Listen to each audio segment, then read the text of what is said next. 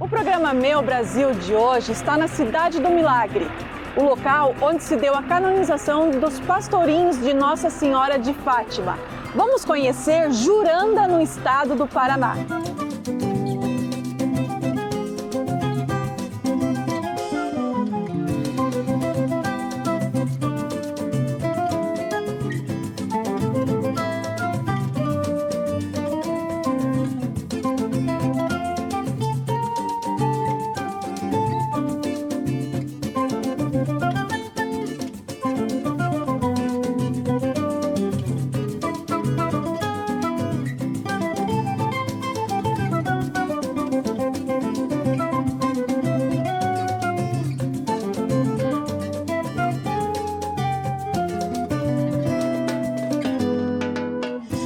Leila, Juranda é uma cidade charmosa, uma cidade pequena, acolhedora, mas nós temos um milagre que aconteceu aqui.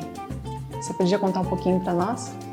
Em março de 2003, aconteceu um acidente muito grave aqui no nosso município, com uma criança de 5 anos, que caiu da altura de uma janela, de 6,5 metros de altura, e ela teve um grave traumatismo craniano, inclusive com perda de massa cerebral no local. Foi atendido de imediato no hospital aqui do nosso município, mas como é um município pequeno, de poucos recursos, ele foi prestado os primeiros socorros e ele foi encaminhado para a Santa Casa de Campo Mourão. Estou com o João Batista, o pai do menino Lucas.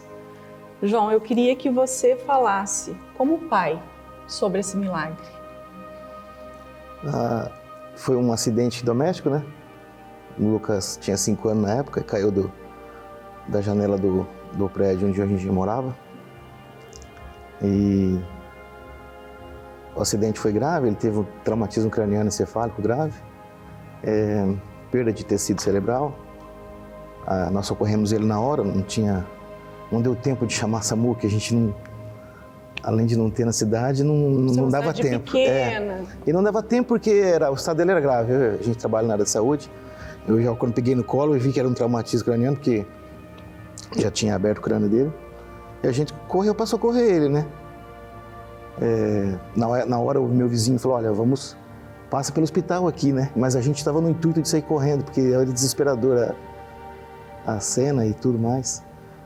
Mas a gente fez os atendimentos aqui em Juranda, viemos para Campo Mourão, foi feita cirurgia. Teve 2 paradas respiratórias no caminho. Antes de ser feita a cirurgia nele, ele também teve 2 paradas cardíacas lá na Santa Casa de Campo Mourão.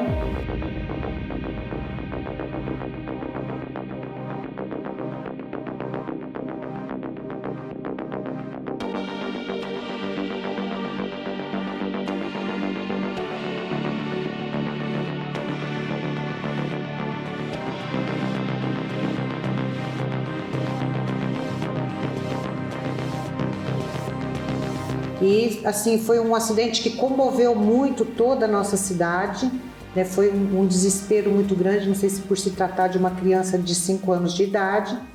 E quando os pais, chegaram lá com ele num estado gravíssimo, os médicos não deram muita esperança, porque a situação era muito grave, disseram que não podiam esperar muito, que era muito difícil ele sobreviver, e se ele sobrevivesse, ele teria sérios problemas cognitivos ou ficaria em estado vegetativo.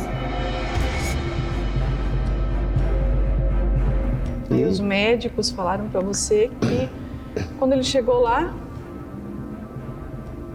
que não ia ter o que fazer, ou te deu uma esperança? Não, ele fez a cirurgia, ficou algumas horas com o crânio dele aberto, porque faltava um gel para colocar no crânio, né? Entre os ossos que sobraram e as meninges ali. E demorou 1 hora para chegar esse gel, que foi pegado numa clínica, era de madrugada já. Demora ainda. E ele saiu e falou assim, olha, rezem porque o estado dele é gravíssimo. O que a gente podia fazer, a gente fez.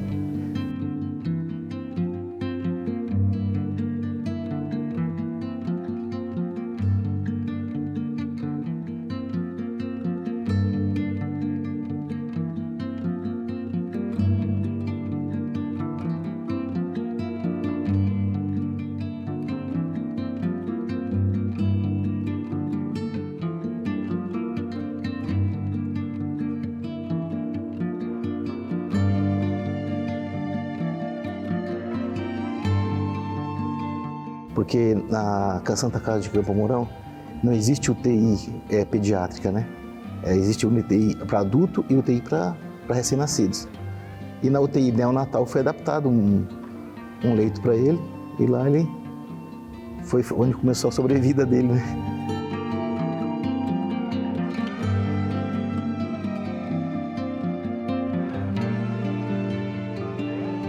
João, você falou que você trabalha na área da saúde. Eu tenho farmácia, né?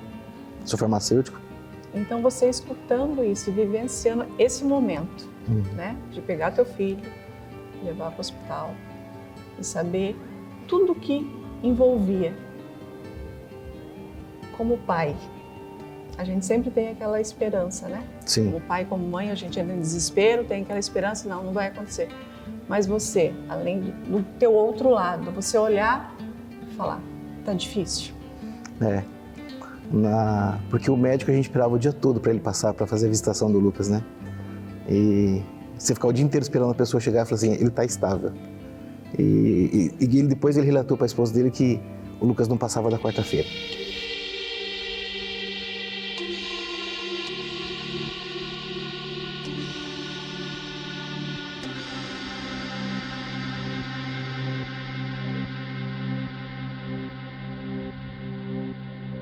Então foi muito pesado.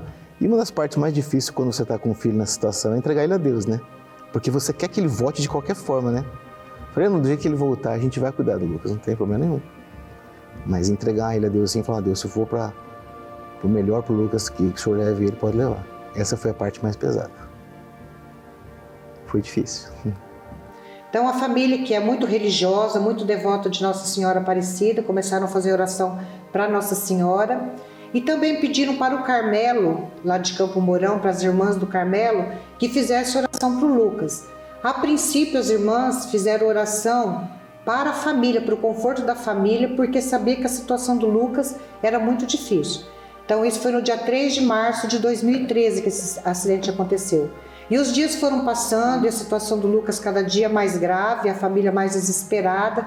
A cidade toda se comoveu muito com essa situação do Lucas e toda a cidade passou a fazer oração, né, pela cura do Lucas.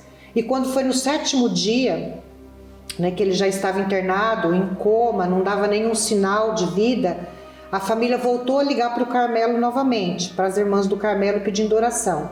Nesse momento, a irmã que recebeu o telefonema, ela falou com as outras irmãs e pediu oração. E ela disse que sentiu no coração de ir até o sacrário onde estavam as relíquias dos pastores de Fátima, que são conhecidos como os pastorinhos de Fátima ou como os irmãos videntes de Fátima. E ela disse que chegou na frente do sacrário onde estavam as relíquias e pediu, vocês são crianças, salvem essa criança. E a partir daí pediu que as irmãs começassem a fazer oração para os pastores, que na época eram beatos, e pediu também que a comunidade, os pais, fizessem oração para os pastores. Isso foi no dia 7 de março. Porque o pedido foi feito por uma freira, né? Para interceder pela vida dele. E ela sentiu um pulso no coração que tinha sido atendida, né? E foi na quarta-feira, né? Que as coisas estavam pesadas, foi quando ela fez o pedido. E daí tudo deslanchou. Quando foi no dia 9 de março, 2 dias depois, o Lucas deu sinal, né, começou a se mexer. Eles tiraram a sedação do Lucas, ele voltou do coma, né, chamou pela irmã, completamente lúcido e sem nenhuma sequela. Ficou até o dia 11 na UTI e no dia 15 ele já veio para casa, né, totalmente curado e até hoje está aqui circulando pela nossa cidade, né, com 15 anos de idade hoje, né, sem nenhuma sequela. E a recuperação dele foi extraordinária, né? Ele entrou na UTI depois do pós-operatório, domingo, saiu no outro sábado já, 8 dias depois.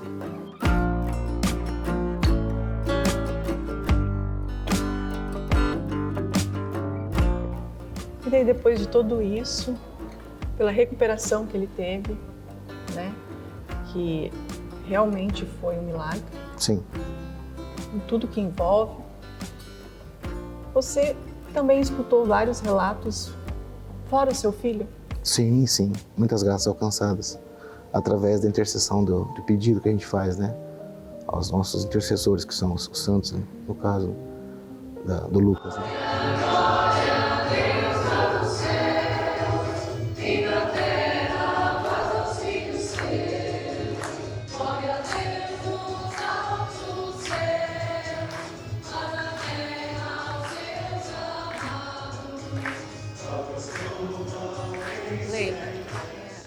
Muitas pessoas conhecem a história dos pastorinhos, mas para eles foram canonizados por causa desse milagre, porque foi um milagre, né? Como que é o procedimento? Como foi o procedimento para vocês chegarem? Porque o Lucas foi até para o Vaticano. Sim.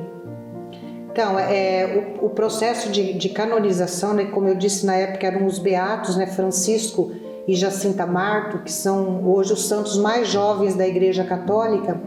E para que aconteça a canonização, segundo o Vaticano, é necessário 3 milagres. E para que seja considerado um milagre também, né, existe todo um processo de investigação por um período muito longo e muito minucioso, que foi feito em segredo também, e todo esse processo, existem alguns critérios.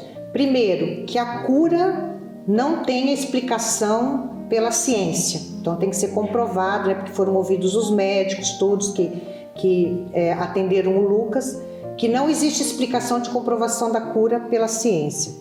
Na época a gente viu que era milagre mesmo, porque foi muito rápido a recuperação dele e a maneira com que ele voltou. Porque os médicos na época acreditavam que ele não ia ter mais uma... Se ele voltasse a viver, porque eles já achavam que ele ia morrer na quarta, caiu no domingo. Uma vida relativamente normal? Não. Se ele voltasse a ter sequelas neurológicas, por conta do trauma, por conta da perda de tecido cerebral. E o milagre dele foi rápido, né? No sábado ele acordou, no domingo foram feitos alguns testes e notado que ele não tinha feito não tinha ficado nenhuma sequela com ele. E dessa hora em diante a gente já viu que tinha sido uma cura sobrenatural, né? Que é o que a mão do homem não conseguia resolver.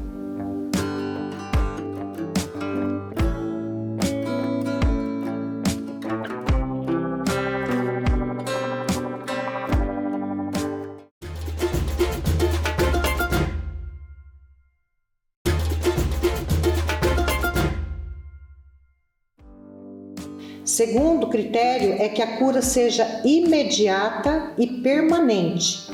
Então, a cura tem que ser imediata, permanente e não pode ficar nenhuma sequela. Como tudo isso foi comprovado durante esse processo de investigação do Vaticano, então eles já tinham 2 milagres que eram atribuídos a eles e para se tornarem santos é necessário 3 milagres. O Lucas, ele é o resultado a gente fala que é o poder realmente da fé. Sim. Né? Porque você mesmo relatando que a ciência chegou um momento que ela falou, fiz o que eu pude. Quando ele acordou quando desentubaram ele e tiraram a sedação, tinham 4 médicos no pé da cama dele e os 4 ficaram em silêncio. Porque não tinha o que falar, né? Tinha sido uma coisa muito forte mesmo. E é o poder da fé. Todas as igrejas de Juranda, na noite que ele caiu, rezaram para o Lucas, né? Todos os cristãos aí. Foi uma corrente de oração muito forte. Eu acho que independente de qualquer religião, sim, né, João? Sim. Eu acho que a gente tem um Deus só. Sim. Né? Sim. E a fé, aquela fé que... A gente fala assim, que o poder do pai e da mãe também conta muito. A gente tem um filho, né? E a gente vive por eles. Sim. Né? Somos capazes de morrer. Dar a vida por eles, certo. Deixando bem claro que não são eles que fizeram o milagre, que sempre existe essa pergunta, né? É a intercessão dos santos, pela intercessão. Então, esse foi considerado pelo Vaticano como o 3º milagre, né, atribuído à intercessão dos pastores Francisco e Jacinta Marto, e o que levou à canonização deles, né, que se tornaram santos em 2017. E hoje, Juranda E hoje Juranda, né, por tudo isso, é considerada a cidade do milagre.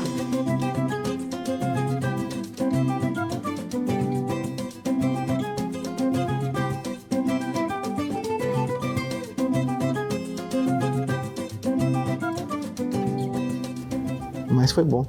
A gente passar por isso é uma coisa pesada, mas a gente poder ver ele crescer hoje com saúde, né, sem sequela nenhuma, é gratificante.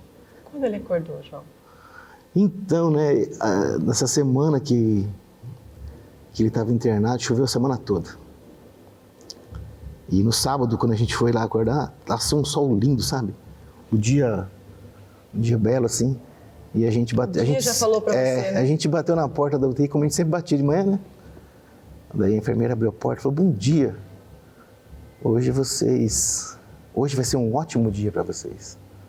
Porque ele tinha acordado da sedação, né? Já conversando, perguntando a Eduarda. E realmente foi. E aquilo causou um alvoroço? Ah, sim. A gente chegou lá, ele estava acordado, já tomando um suquinho. E o médico achava que ele não ia ter mais movimentos, porque ele tinha feito alguns testes sensoriais e ele não respondia.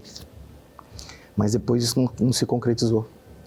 E o neuro que fez a cirurgia dele prescreveu um medicamento para evitar convulsões, né? Porque foi um trauma no crânio ali.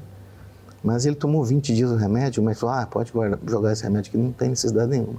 Que a intenção da medicação era prevenir alguma sequela ainda, né? Mas não aconteceu isso, não.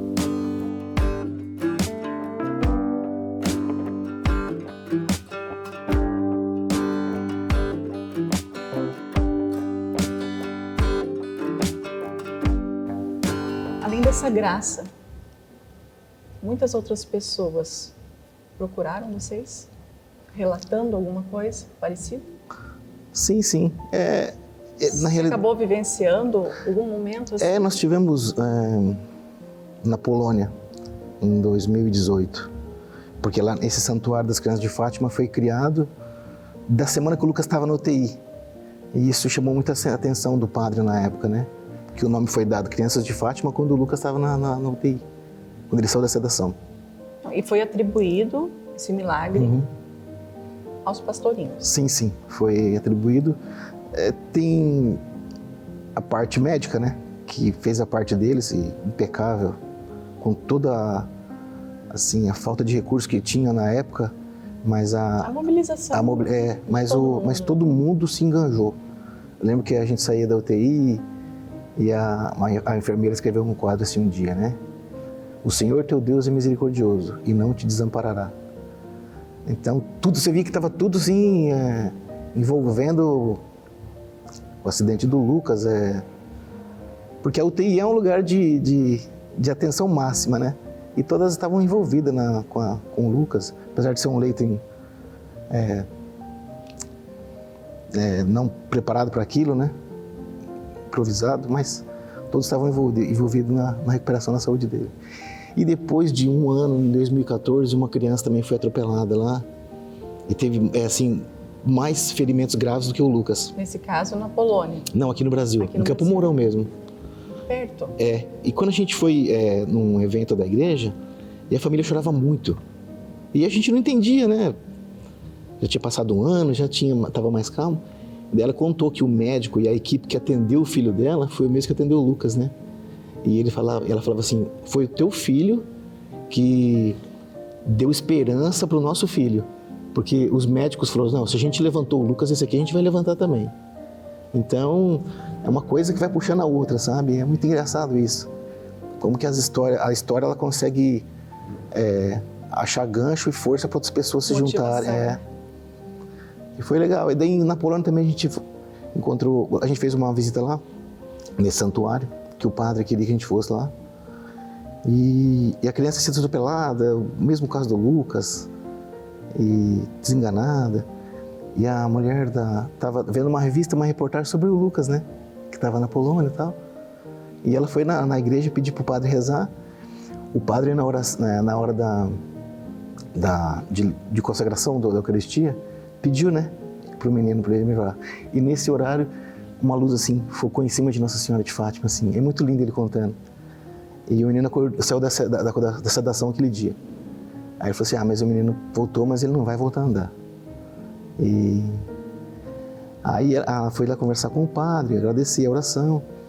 E o padre deixou ela levar a relíquia. A relíquia é alguma coisa que tocou o corpo do santo. Nesse caso é um fragmento do caixão deles. E eles ficaram rezando o dia todo pro menino. E ele estava na cadeira de rodas, à noite todos estavam dormindo, já o menino estava acordado. Aí tem um quadro de Jesus Misericordioso, que é onde ele apareceu para Santa Faustina, na Polônia. E o quadro estava pregado na parede. Aí ele escuta uma voz assim. Aí o quadro cai, aí ele fala assim, aí escuta assim, Nicolas, levante e vai colocar eu no meu lugar. E o menino levanta da cadeira, pega o quadro e põe no lugar. Aí no outro dia o menino vai buscar, o padre volta para pegar a relíquia para devolver para a igreja, né? Aí ele sentado lá, conversa com a mãe, né? Ele fala assim, cadê o Nicolas? Ele fala, ele já chega. Aí o menino entra andando, né? Correndo. É muito bonito essa imagem. E você saber também, né, que teu filho casualmente estava lá e incentivou essa mãe a pedir, e a intercessão aconteceu e o menino está andando. Você pensa o propósito dele aqui. Exatamente. Você puxa, a gente fez uma viagem longa, cansativa, ficamos lá 20 dias e tal. Aí quando eles voltaram aqui em 2019, os padres vieram nos visitar aqui. Mas valeu a pena, né? Foi. Aí a gente foi num Carmelo de Tremembé, em São Paulo. E ele contou essa história, meu Deus. Aí o chão some mesmo, porque é pesado.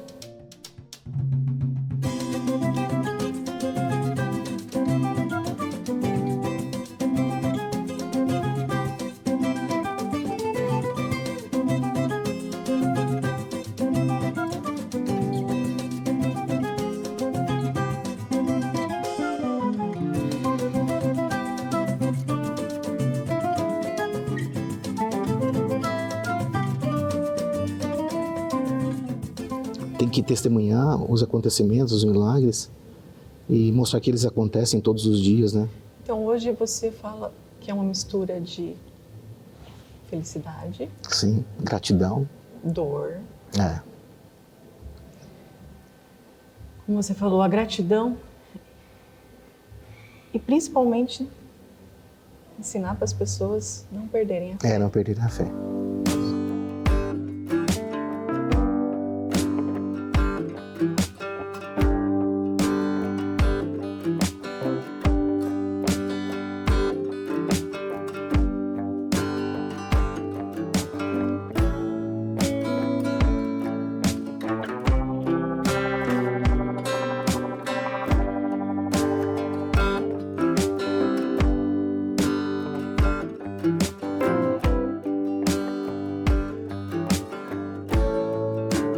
João, com a família reunida, você olhando hoje, o Lucas, perfeito, saudável.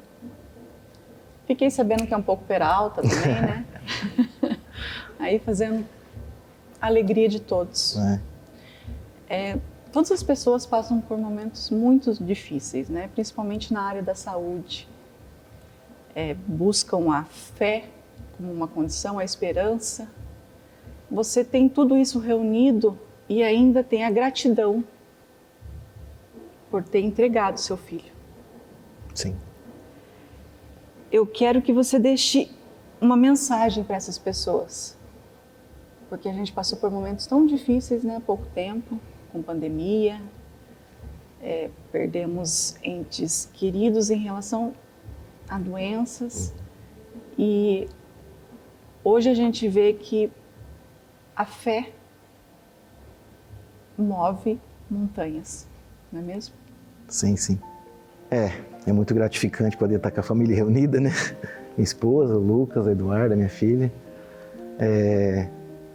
Dizer para vocês que a gente tem que pedir a Deus sempre, porque é Ele que nos dá força todo dia para levantar e correr atrás, e é Ele também que nos dá força nas horas difíceis. Sempre que você tiver algum problema, peça a Deus, porque Ele tira de onde não tem e coloca onde não cabe. O Lucas está aqui, saudável, passou por um momento difícil da vida dele, mas com a ação misericordiosa de Deus, Ele está aqui conosco. E contemplar a vida e agradecer todo dia o dom da vida e o dom de Deus.